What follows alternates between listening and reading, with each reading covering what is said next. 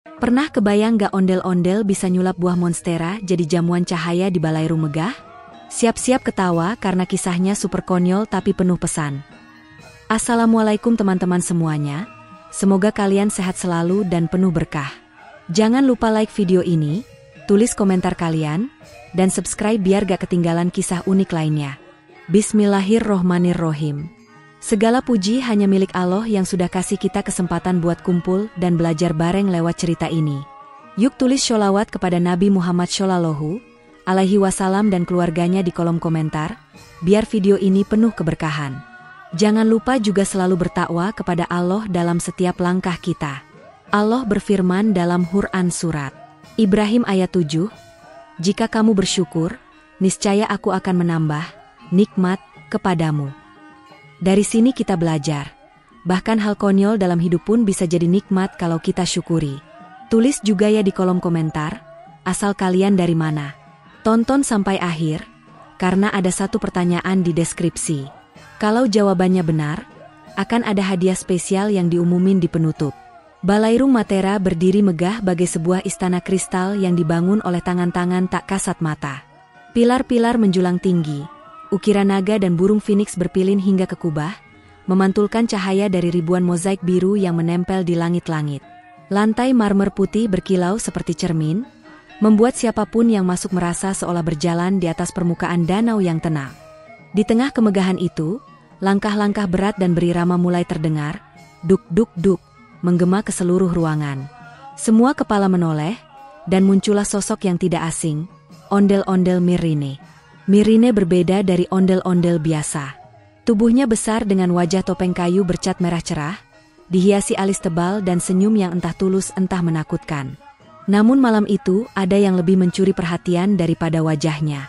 Kedua tangannya yang panjang membawa sesuatu yang amat besar, bulat, hijau, dengan pola unik yang tidak biasa. Buah monstera raksasa. Ukurannya setara dengan sebuah gerobak, sehingga setiap langkah Myrine tampak seperti perjuangan antara keseimbangan dan ketidaksengajaan untuk menjatuhkannya. Semua yang hadir di Balairung terdiam.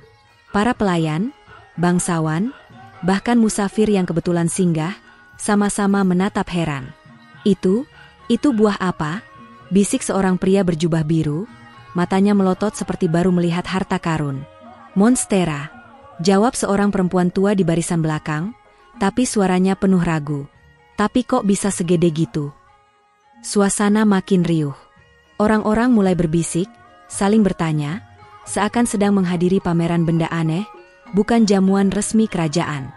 Namun Myrine tak peduli. Ia berhenti di tengah Balairung, meletakkan buah itu di pangkuannya, lalu duduk bersila dengan gaya santai. Kepalanya miring ke kanan, lalu ke kiri, sambil terus menatap buah monstera itu dengan ekspresi yang membingungkan.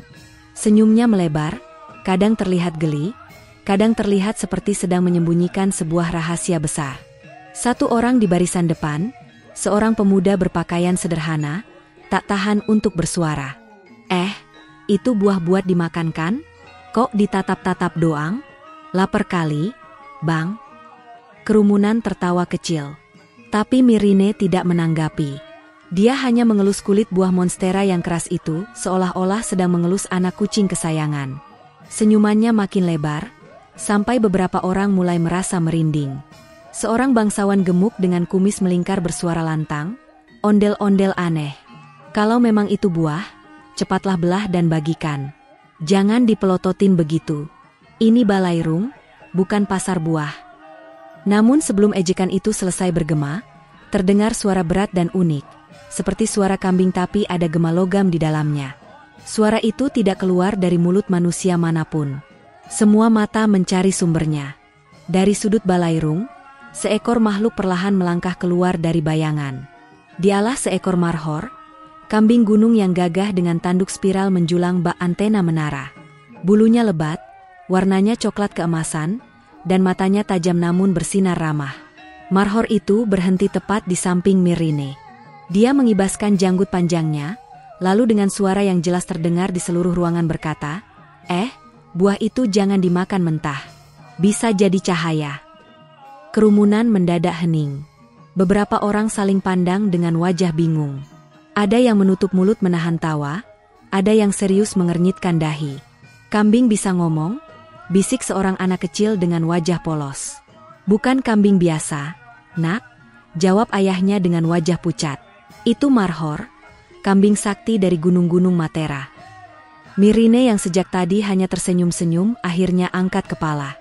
Dia menatap Marhor itu dengan tatapan sok serius. Meski dari sorot matanya jelas ada kesan konyol yang tak bisa disembunyikan. Kau yakin, Tuan Marhor? Cahaya? Masa buah bisa jadi cahaya? Marhor mengangguk, tanduk spiralnya berkilau terkena pantulan obor balairung. Betul, tapi hanya kalau kau tatap dengan penuh niat. Jangan dimakan mentah, nanti malah bikin perutmu berpendar seminggu penuh.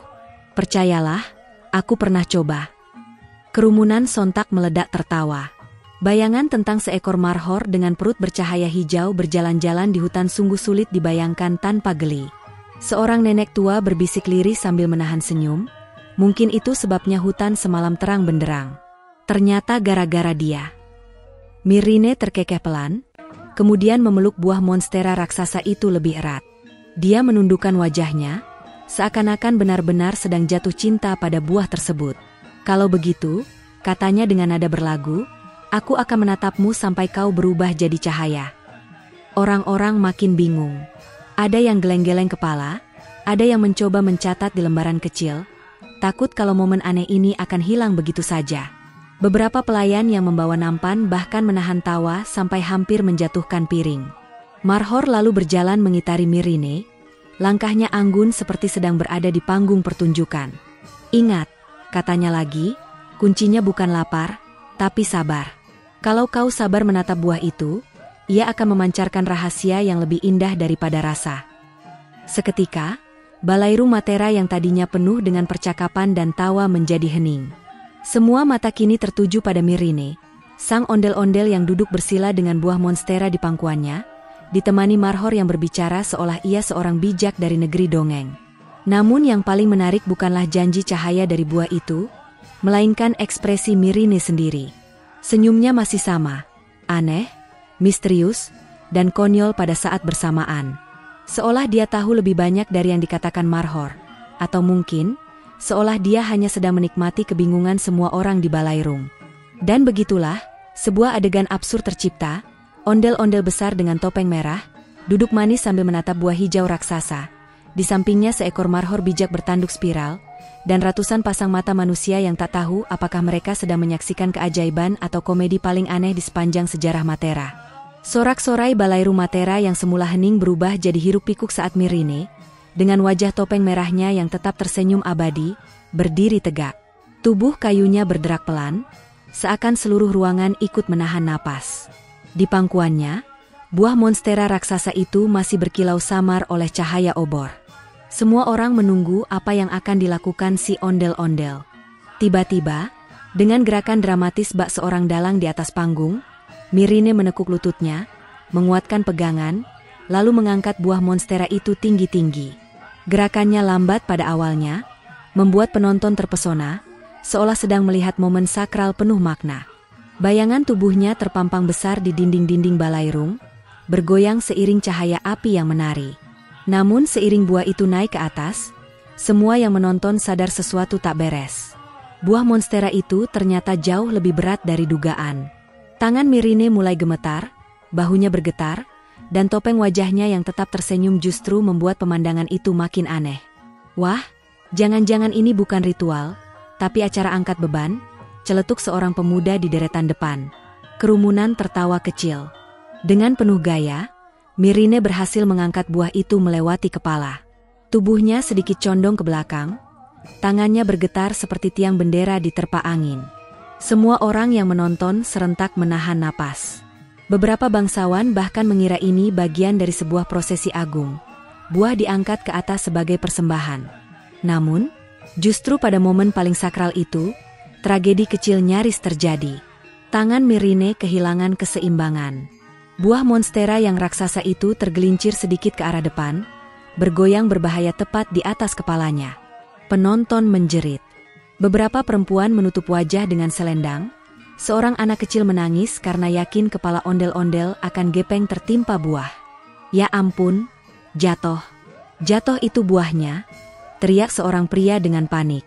Dalam sekejap, suasana sakral Balairung berubah menjadi kepanikan massal. Namun di detik krusial itu, Marhor yang sejak tadi duduk gagah di samping Myrine bergerak. Dengan kecepatan mengejutkan untuk seekor kambing gunung bertanduk spiral, ia melompat tinggi. Kakinya menapak marmer dengan bunyi tak yang menggema, tanduknya berkilau terkena cahaya obor.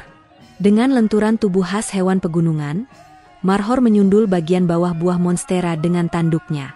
Buah itu yang hampir jatuh ke kepala Myrine, malah terpantul sedikit ke udara lalu jatuh kembali tepat ke tangan si ondel-ondel. Semua orang terdiam, menahan napas. Lalu, plok. Buah itu mendarat sempurna di tangan Myrine. Tidak ada yang pecah, tidak ada yang rusak. Hanya ada bunyi kayu tangannya yang beradu dengan kulit buah. Sejenak Balairung hening. Lalu, tanpa aba-aba, seluruh penonton meledak tertawa. Hahaha. Gelak tawa bergema sampai ke kubah. Para bangsawan yang biasanya menjaga wibawa pun tak kuasa menahan diri. Seorang perempuan bangsawan sampai terjatuh dari kursinya karena terlalu keras tertawa. Pelayan yang membawa nampan menutupi mulut dengan kain, meski matanya berair karena geli. Seorang kakek tua yang duduk di kursi kehormatan menggeleng-gelengkan kepala sambil tertawa lirih. Saya kira tadi ini upacara agung, rupanya malah kayak pertunjukan sirkus. Marhor berdiri dengan dada membusung, jelas bangga pada aksinya. Dia mengibaskan janggut panjangnya dan menoleh ke arah Myrine. Aku kan sudah bilang, jangan sembrono, itu bukan sembarang buah. Untung aku gesit, kalau tidak, kepalamu bisa jadi alasnya. Myrine menatap Marhor, lalu menundukkan wajah ke arah buah monstera di tangannya. Senyumnya makin lebar, kali ini bukan senyum misterius, tapi lebih ke arah senyum orang yang baru saja hampir celaka tapi selamat. Penonton makin ribut.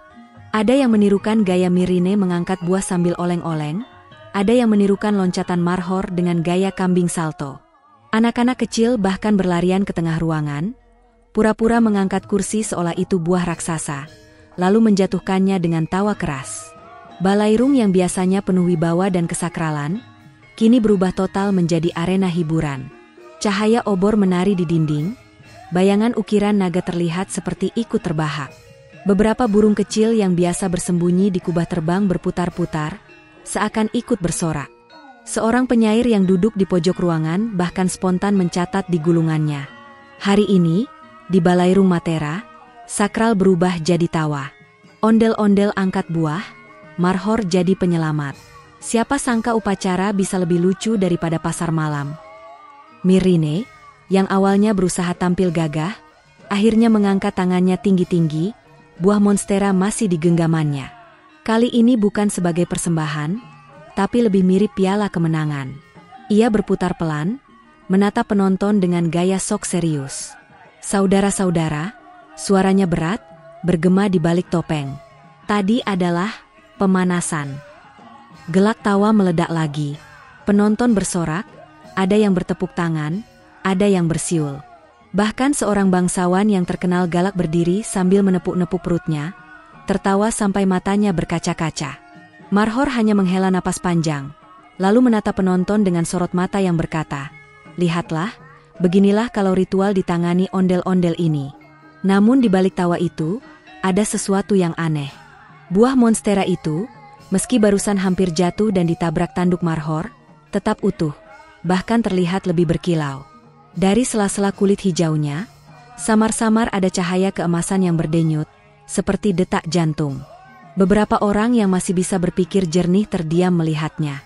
Itu, buahnya hidup, gumam seorang wanita muda.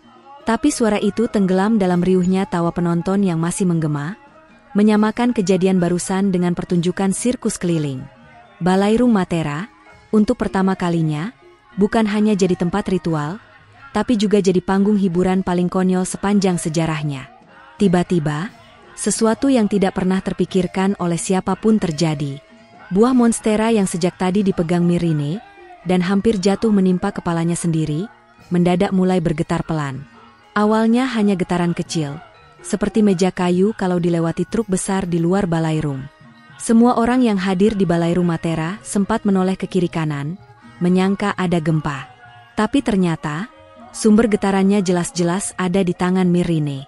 Buah monstera itu tampak berdenyut, seperti jantung raksasa yang berdebar terlalu cepat. Warnanya berubah-ubah, kadang hijau pekat, kadang hijau muda bercampur garis-garis keemasan. Penonton langsung terdiam, rasa kaget mereka menelan suara tawa yang barusan masih memenuhi udara. Dan sebelum siapapun sempat bertanya, "Brum!" Buah monstera itu terlepas dari tangan Myrrine, melayang naik ke udara. Tidak ada tali, tidak ada tongkat sihir, tidak ada efek mesin panggung, benar-benar melayang sendiri. Myrrine mendongak sambil ternganga. Tangannya masih terangkat setengah, seolah-olah dia yang melambungkannya. Marhor, si kambing gunung bertanduk spiral yang sedari tadi jadi komentator tidak resmi, sampai mendongakkan kepalanya tinggi-tinggi. Sorot lampu obor yang tadinya redup kini kalah terang oleh sinar yang keluar dari buah itu.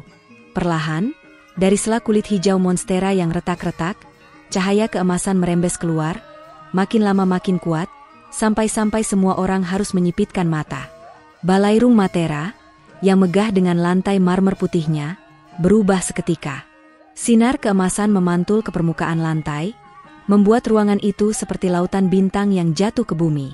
Marmer berkilauan, kolom-kolom tinggi berukiran naga tanpa hidup, dan bahkan mosaik biru di kubah langit-langit ikut berpendar. Orang-orang yang duduk di kursi panjang berlapis emas spontan berdiri, mulut mereka menganga seperti ikan koi kehabisan udara. Tidak ada yang tahu harus berteriak, menangis, atau tepuk tangan. Di tengah semua kekaguman dan kebingungan itu, Myrrine dengan wajah penuh percaya diri berteriak keras. "Tuh kan, aku bilang bisa jadi jamuan cahaya." Padahal kenyataannya, 5 detik sebelumnya ia sama sekali tidak tahu buah itu bisa melakukan hal semacam ini. Semua orang yang mendengarnya saling pandang. Beberapa mencoba menahan tawa, beberapa lain benar-benar percaya, dan sisanya cuma geleng-geleng kepala.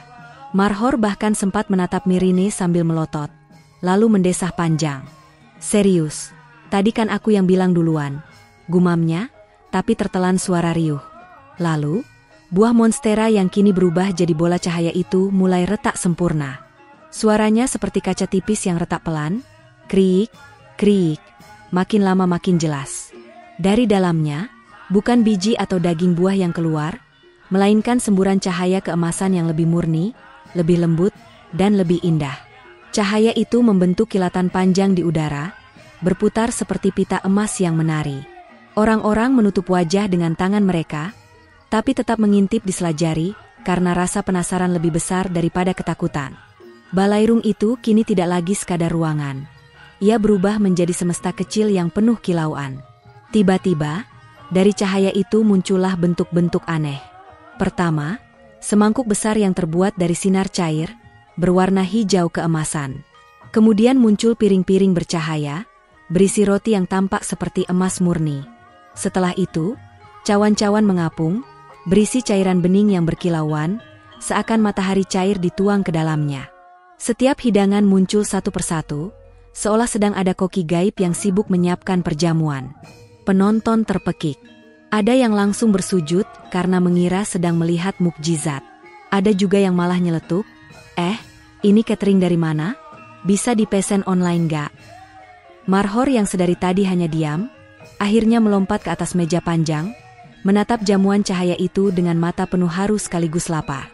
Tanduk spiralnya memantulkan sinar hijau keemasan yang berterbangan di udara, membuatnya terlihat gagah seperti raja gunung yang turun ke pesta kerajaan. Ia menoleh ke arah Myrrine, lalu berkata dengan suara yang dalam, "Aku gak tahu kamu bisa ngelakuin ini, tapi bagus juga." Myrrine langsung mengangkat dagunya tinggi-tinggi, walau sebenarnya ia masih bingung bagaimana proses ini bisa terjadi. Dalam hatinya ia bergumam, "Waduh, jangan-jangan aku dikira penyihir beneran." Padahal tadi hampir jatuh ketiban buah sendiri.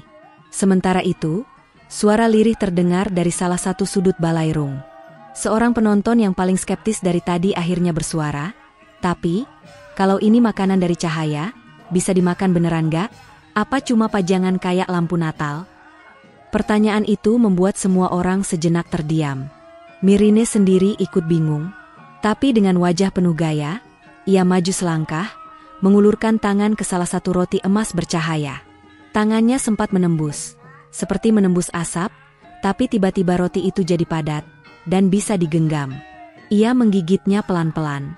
Semua orang menahan napas. Gumam Mirine sambil mengunyah. Rasanya kayak roti biasa, tapi bikin gigi kayak kesetrum dikit. Penonton pun heboh lagi. Ada yang ketawa ngakak, ada yang langsung maju antre, ada juga yang kabur karena takut nanti berubah jadi lampu jalan. Suasana benar-benar kacau. Dari yang awalnya sakral, berubah jadi semacam pesta jalanan bercahaya. Anak-anak kecil berlari mengejar piring terbang bercahaya yang melayang-layang. Para tetua mencoba menjaga wibawa, tapi ujung-ujungnya mereka juga ikut berebut cawan sinar cair. Balairung Matera yang tadinya tenang kini dipenuhi suara riuh, gelak tawa, dan seruan kagum. Marhor menepuk-nepuk tanduknya sendiri, seakan sedang menguji pantulan cahaya. Lumayan, bisa dipakai buat selfie, katanya ringan.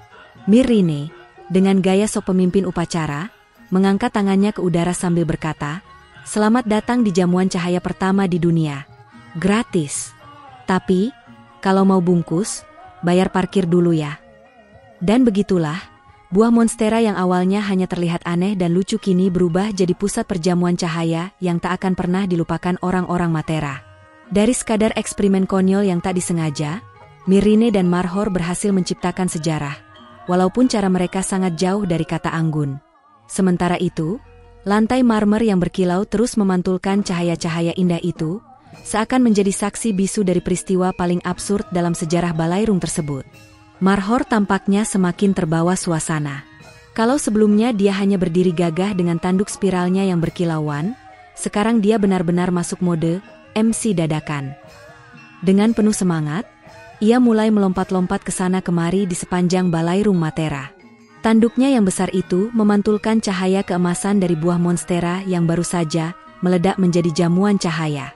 Setiap kali dia melompat, cahaya itu pecah seperti kembang api kecil, memantul ke wajah penonton, membuat orang-orang bersorak seakan mereka sedang berada di sebuah konser musik, bukan ritual sakral. Yo, yo, yo. Selamat datang di pesta cahaya Matera. Siap semua? Teriak Marhor, suaranya menggema ke seluruh penjuru Balairung.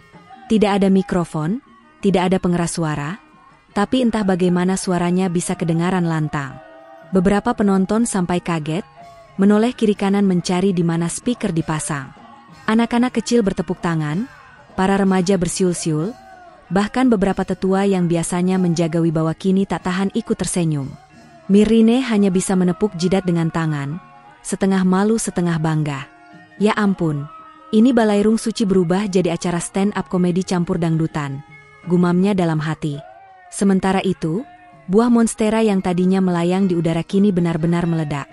Tapi bukan ledakan mengerikan, melainkan ledakan penuh cahaya. Boom! Dari dalam buah itu, keluar semacam percikan emas bercampur hijau yang langsung membentuk benda-benda jamuan. Piring, cawan, mangkok, roti cahaya, bahkan centong bercahaya pun ada. Semua itu tidak jatuh berantakan, melainkan mendarat dengan elegan di atas meja panjang yang tiba-tiba muncul sendiri di tengah ruangan. Meja itu seakan terbuat dari sinar padat, berkilau seperti kristal, dan sepanjang mata memandang penuh dengan hidangan bercahaya. Para penonton menatap takjub. Wah, kalau diundang ke pesta gini, aku rela antre tiket semalam suntuk, bisik seorang ibu-ibu di bangku belakang. Marhor semakin bersemangat melihat semua hidangan itu tersusun rapi. Ia meloncat ke atas meja cahaya, lalu mulai berputar-putar sambil mengibaskan janggutnya yang panjang. Oke semua, kita kasih tepuk tangan untuk buah monstera yang super catchy ini, teriaknya. Orang-orang langsung bersorak dan bertepuk tangan. Padahal jelas-jelas buahnya sudah meledak dan tidak bisa mendengar apapun. Tapi Marhor tak peduli, ia terus beraksi seperti host acara TV. Ia bahkan mulai menunjuk-nunjuk ke arah penonton. Kamu, iya kamu yang di pojok. Jangan malu-malu, ayo gabung, makan roti cahaya gratis. Orang yang ditunjuk langsung panik, wajahnya merah padam, lalu berlari maju ke depan, disambut tepuk tangan gemuruh. Lalu sesuatu yang lebih konyol lagi terjadi. Relief naga di dinding Balairung, yang tadinya hanya ukiran batu biasa, mendadak tampak hidup. Cahaya keemasan dari jamuan monstera seakan meresap ke dalam batu, membuat ukiran naga itu mulai bergerak. Awalnya hanya matanya yang berkilau, kemudian sisiknya bergoyang, hingga akhirnya seluruh tubuh naga itu tampak ikut bergetar mengikuti irama. Orang-orang menjerit kecil, ada yang lari ke belakang, ada juga yang malah maju lebih dekat karena penasaran. Naga batu itu tidak mengaum atau meludah api, melainkan joget. Ya, betul, joget. Kepalanya mengangguk-angguk, ekornya bergoyang, sisiknya berkilauan, semuanya seakan sinkron dengan irama sorakan penonton. Balairung Matera kini benar-benar mirip konser konyol penuh lampu sorot. Marhor semakin menjadi-jadi. Ia kini melompat ke bahu naga batu yang setengah keluar dari dinding. Dengan penuh gaya, ia berputar sekali lalu berdiri di tanduk naga yang bercahaya. "Yo, kasih lampu sorot lagi dong buat naga kita yang ganteng ini," teriaknya. Dan ajaibnya, cahaya keemasan dari piring-piring cahaya langsung menyorot ke arah naga. Seolah ada lighting man gaib yang mengerti perintah Marhor. Penonton pun heboh lagi, berteriak lebih keras dari sebelumnya. Myrrine, yang berdiri di bawah, sudah tidak tahu harus marah atau ikut ketawa. Akhirnya dia angkat bahu, lalu berkata keras-keras, "Ya udah, nikmatin aja deh. Balairung ini sekarang resmi jadi balairung karaoke." Kekonyolan belum berhenti di situ. Beberapa cawan cahaya yang melayang-layang di udara mulai berputar cepat, membentuk pola spiral. Dari dalamnya terdengar bunyi ting-ting-ting seperti gamelan dipukul. Lalu piring-piring bercahaya ikut berputar sambil mengeluarkan suara dangdangdut. Entah bagaimana caranya, jamuan itu berubah jadi seperangkat alat musik cahaya. Penonton langsung bersorak. Ada yang bertepuk tangan mengikuti irama, ada yang menggoyangkan badan. Anak-anak kecil malah menjadikan meja cahaya sebagai panggung dadakan untuk menari. Marhor melihat itu dan langsung menyahut, "Mantap, inilah pesta cahaya paling gokil di seluruh dunia. Matera, make some noise." Suara gemuruh pun membahana. Sorakan bercampur tawa memenuhi ruangan. Bahkan para tetua yang biasanya kaku ikut bergoyang pelan, meskipun pura-pura hanya mengatur napas. Naga relief di dinding semakin liar, ekornya melambai-lambai ke kanan-kiri, hampir mengenai lampu obor, tapi justru membuat obor itu ikut menari. Lampu-lampu di balairung kini tidak lagi berfungsi sebagai penerang, melainkan sebagai lampu strobo alami. Semua terasa seperti festival konyol tanpa naskah. Myrrine akhirnya menyerah total. Ia memutuskan untuk ikut menari di samping Marhor. Dengan langkah besar khas ondel-ondel, ia mengayunkan tangannya ke kiri kanan, kepalanya bergoyang dengan ritme lambat tapi mantap. Penonton yang melihat itu semakin histeris. Mereka berteriak menyebut nama Myrrine berulang kali, seperti fans konser memanggil idolanya. Marhor, yang merasa punya partner panggung sejati, langsung mengambil posisi di tengah, lalu berseru lantang, "Oke, sekarang semua, tepuk tangan di atas kepala. Kita bikin balairung ini goyang sampai kubahnya ikut berdansa." Dan sungguh, kubah balairung Matera yang dipenuhi mosaik biru itu tampak berkilauan. Cahaya keemasan dari jamuan memantul ke permukaan kaca mosaik, menciptakan pola cahaya bergerak seperti layar LED raksasa. Dari luar, orang-orang yang tidak sempat masuk ke balairung pun bisa melihat kubah itu berpendar, seakan di dalam sedang berlangsung konser cahaya terbesar sepanjang sejarah. Beberapa pedagang kaki lima di luar langsung menggelar dagangan, sate cahaya palsu, balon naga, dan kaos bertuliskan, "Aku nonton pesta cahaya Matera." Padahal acaranya bahkan baru setengah jalan. Di dalam, suasana sudah benar-benar tidak terkendali. Meja cahaya penuh dengan roti emas bercahaya, tapi hampir tidak ada yang menyentuhnya karena semua orang sibuk menari dan bersorak. Para cawan berisi sinar cair melayang-layang, kadang menetes sedikit ke lantai, membuat lantai marmer berpendar semakin terang. Marhor berputar-putar, kadang berdiri di meja, kadang di punggung naga relief, kadang bahkan melompat ke bahu Myrrine. Penonton tidak peduli betapa absurdnya semua itu, yang penting mereka bahagia. Balairung yang biasanya dipakai untuk upacara sakral kini resmi jadi arena konser cahaya konyol terbesar di Matera. Akhirnya, setelah suasana yang mirip konser cahaya campur pasar malam itu agak mereda, jamuan bercahaya yang tadi beterbangan mulai turun perlahan ke meja panjang. Seakan ada pelayan tak kasat mata, piring-piring cahaya ditata rapi, cawan-cawan emas bercahaya berhenti berputar, dan roti-roti bercahaya tersusun seperti gunung kecil di tengah meja. Meja itu tampak begitu menggoda, berkilau seperti harta karun, dengan cahaya hijau dan emas berpendar ke segala arah. Semua orang yang tadi sibuk tertawa, menari, atau selfie di bawah tanduk Marhor kini perlahan-lahan duduk kembali, menunggu jamuan dimulai. Marhor, yang masih ngos-ngosan setelah bergoyang kayak MC konser dangdut, melompat ke atas meja sambil berteriak, "Oke, waktunya makan, saudara-saudara. Siapa cepat dia dapat, siapa lambat kebagian piring kosong bercahaya doang." Penonton pun langsung bersorak. Beberapa bahkan berebut posisi paling depan seperti antre diskon belanja bulanan. Mirine yang sejak tadi setengah malu setengah bangga akhirnya menepuk tangannya, mencoba memberi instruksi. "Tenang, tenang semua. Ini jamuan sakral, maksudnya jamuan cahaya.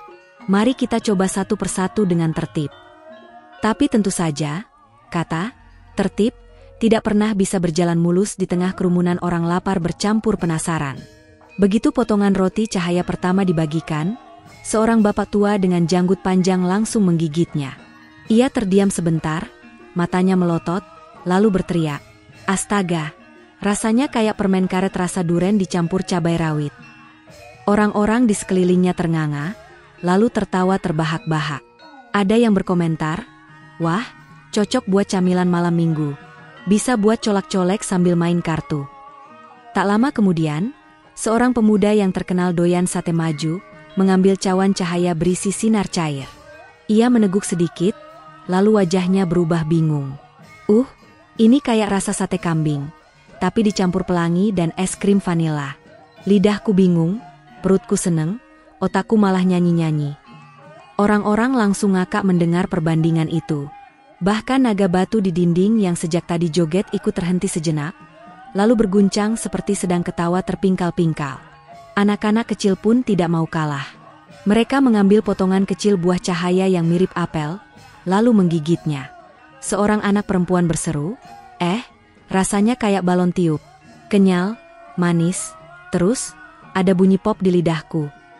Semua penonton langsung meledak tertawa lagi. Ada juga seorang ibu-ibu yang mencoba minuman bercahaya. Ia meneguk dengan penuh gaya, lalu mengernyitkan dahi. "Hah? Rasanya kayak air kelapa, tapi kelapanya diparut bareng kembang api." Suasana jadi semakin kacau tapi penuh kegembiraan. Setiap orang yang mencoba makanan cahaya punya deskripsi rasa yang berbeda-beda, semakin aneh semakin kocak.